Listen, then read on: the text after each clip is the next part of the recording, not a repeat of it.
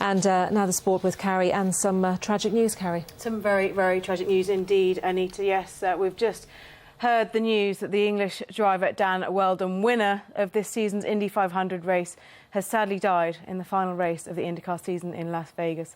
The 33-year-old was involved in this 15-car pile-up on lap 12, which saw his car somersault before bursting into flames. Wheldon was in the running for a $5 million purse, some of which was to be donated to charity if he won the race. The drivers are intending to do a 5-lap tribute in honour of Wheldon at the circuit. Well, the BBC's motor racing commentator Jonathan Ledyard joins me now. Jonathan, this is an absolute tragedy, isn't it? Yes, and this is a man who'd been so successful in America. He'd made his name there. A lot of people in Britain may not know him, but he was a rival of Jenson Button's on the way up. He'd gone over to America in 1999. He was the IndyCar 500 champion, as you say, Indy 500 champion twice earlier this year, 5 months ago.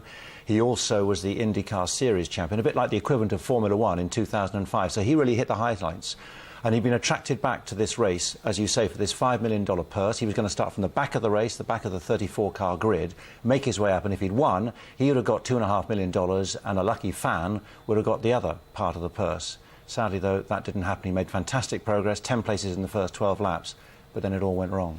We know driving at those sort of speeds, in those sort of circumstances, an incredibly dangerous sport anyway, but we're hearing that the drivers weren't that happy about racing on the Las Vegas circuit before it actually took place. No, far from it. I mean, there had been discussions already with the track officials, with the series organisers as well, and a lot of the drivers afterwards were saying, when the race was stopped, because it was stopped after 13 laps after the crash, because so many cars had been involved and there was so much debris, that this should not have happened, really, that there was not enough space, really, to have the racing, the type of racing that they're used to in America, the oval racing, so that's all banked. It's not like somewhere like Silverstone, where there are different styles of gradients and different corners. This is just going round and round in circles. It was a 200-lap race. And they felt that it wasn't safe, and that, as one driver said, you are a victim if you get caught. And sadly, that's exactly what's happened to Dan Wheldon.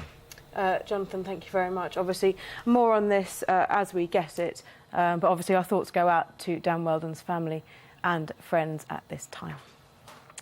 Now to football, and there were 3 Premier League games to tell you about this afternoon. The surprise package of the season, Newcastle, who'd crept up the table under the radar.